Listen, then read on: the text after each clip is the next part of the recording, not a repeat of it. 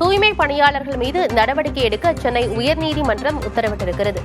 அண்மை செய்தியாக பார்க்கிறோம். தங்களது கோரிக்கைகளை முன்வைத்து தூய்மை பணியாளர்கள் 11வது நாட்களுக்கு மேலாக போராட்டங்களில் ஈடுபட்டு வரக்கூடிய நிலையில் தூய்மை பணியாளர்கள் மீது நடவடிக்கை எடுக்க சென்னை உயர்நீதிமன்றம் உத்தரவிட்டிருக்கிறது. பேச்சுவார்த்தைகள் நடைபெற்றும் அதில் எந்தவித முன்னேற்றமும் ஏற்படாத நிலையில் தங்களது கோரிக்கைகள் நிறைவேறும் வரை போராட்டத்தை கைவிடுவதாக இல்லை என தூய்மை பணியாளர்களும் உறுதியுடன் இருக்கும் நிலையில் அவர்கள் மீது நடவடிக்கை எடுக்க சென்னை உயர்நீதிமன்றம் உத்தரவிட்டு வருகிறது. அவர்களை அங்கிருந்து அப்புறப்படுத்தவும் சென்னை உயர்நீதிமன்றம் உத்தரவை பிறப்பித்திருக்கிறது. சென்னையில் போராடி வரும் தூய்மை பணியாளர்கள் மீது நடவடிக்கை எடுக்க சென்னை உயர்நீதிமன்றம் உத்தரவிட்டிருக்கிறது. தூய்மை பணியாளர்களை அப்புறப்படுத்தவும் நீதிமன்றம் ஆணையிட்டிருக்கிறது. தூய்மை பணியாளர்களை சந்தித்து பல்வேறு அரசியல் கட்சியைச் சேர்ந்தவர்களும் அவர்களுக்கு நேரடியாக சென்று ஆதரவு தெரிவித்து வரக்கூடிய நிலையில் தூய்மை பணியாளர்கள் மீது நடவடிக்கை எடுக்க நீதிமன்றம் உத்தரவை பிறப்பித்திருக்கிறது. விவரங்களோடு செய்தியாளர் சுப்பையா இணைந்திருக்கிறார். சுப்பையா, நீதிமன்றத்தின் முழு தீர்ப்பு என்ன? அதாவது 2 மண்டலங்களில் உள்ள தூய்மை பணியாளர்களை நீக்கிவிட்டு புதிதாக தனியார் கூட போவதாக மாநகராட்சி தரப்பில் முடிவெடுக்கப்பட்டது. இதனை எதிர்த்து தூய்மை பணியாளர்கள் கடந்த 12 நாட்களுக்கு மேலாக தொடர்ந்து மாநகராட்சி முன்பு போராட்டத்தில் ஈடுபட்டு வருகிறார்கள். இதனிடையே இது தொடர்பாக 2-3 வழக்குகள் உயர்நீதிமன்றத்தில் தொடரப்பட்டது.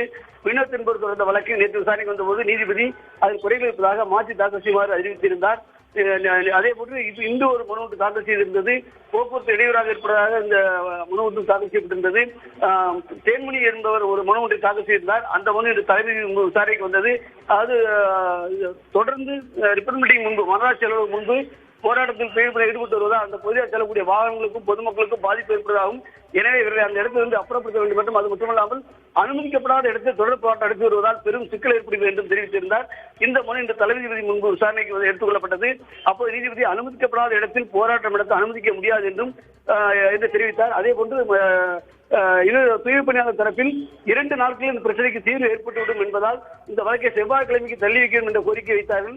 அதற்கும் நீதிபதி இந்த கோரிக்கை ஏற்க முடியாது என்று மறுத்துவிட்டார். என்றால் அனுமதிக்கப்பட்ட இடத்தில் மட்டும்தான் போராட்டம் நடத்த முடியும். எனவே அனுமதிக்கப்பட்ட இடத்தில் போராட்டம் நடத்துவதால் இவர்களை அந்த இடத்திலிருந்து அப்புறப்படுத்துமாறு தலைமை உத்தரவிட்டுள்ளார். எனவே இதன் மூலம் அனைவரையும் அந்த போராட்டத்தில் ஈடுபட்டுள்ள அந்த தூய்மை பணியாளர்கள் அந்த பகுதியிலிருந்து அப்புறப்படுத்துவார் என்று எதிர்பார்க்கப்படுகிறது. இதற்கான நடவடிக்கை மேற்கொள்ளாமல் என்றும் நீதிபதி தெரிவித்துள்ளதால் காவல்துறை நடவடிக்கை மேற்கொள்ளும் என்று எதிர்பார்க்கப்படுகிறது. ஆனந்தி, அறிவிக்கப்படாத இடத்தில் போராட்டத்தில் ஈடுபட்டிருப்பதால் அவர்களை அங்கிருந்து அப்புறப்படுத்த சென்னை உயர்நீதிமன்றம் உத்தரவிட்டிருக்கிறது.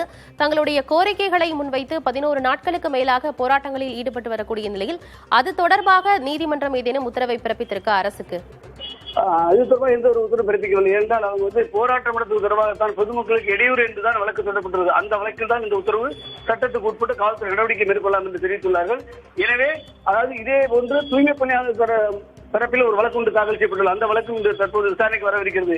அதாவது தூய்மை பணியாளர் அந்த சங்கத்தின் சார்பில் ஒரு வழக்கு ஒன்று தொடரப்பட்டுள்ளது. அதாவது தங்களை பணிநிறுத்தம் செய்ய வேண்டும் என்றும், திடீரென்று தங்களை பணியிலிருந்து அப்புறப்படுத்துவதால் தங்களுடைய குடும்பத்திற்கு வாழ்வாதாரம் பாதிக்கப்படும் என்று கூறி மனு தாக்கல் செய்துள்ளார்கள். அந்த மனு இன்னும் சற்றே வரவிருக்கிறது. அந்த மனு மீது நீதிபதி ஏதாவது உத்தரவு பிறப்பிக்கப்படாது என்று பார்க்கிறது. அந்த மனுவும் தலைமை முன்புதான் விசாரணைக்கு வரவிருக்கிறது. எனவே இந்த போராட்டம் தொடர்பாக அனுமதிக்கப்படாத இடத்தில் போராட்டம் நடத்துவதால் அப்புறப்படுத்த சொல்லி நீதிமன்றம் உத்தரவிட்டிருப்பதால் அவர்கள் தூய்மை பணியாளர் தரப்பில் வைக்கின்ற கோரிக்கை என்ன என்பது நீதிமன்றம் பரிசீலித்து அது உத்தரவு பிறப்பிக்கப்படலாம் என்று எதிர்பார்க்கப்படுகிறது. ஆனந்த்.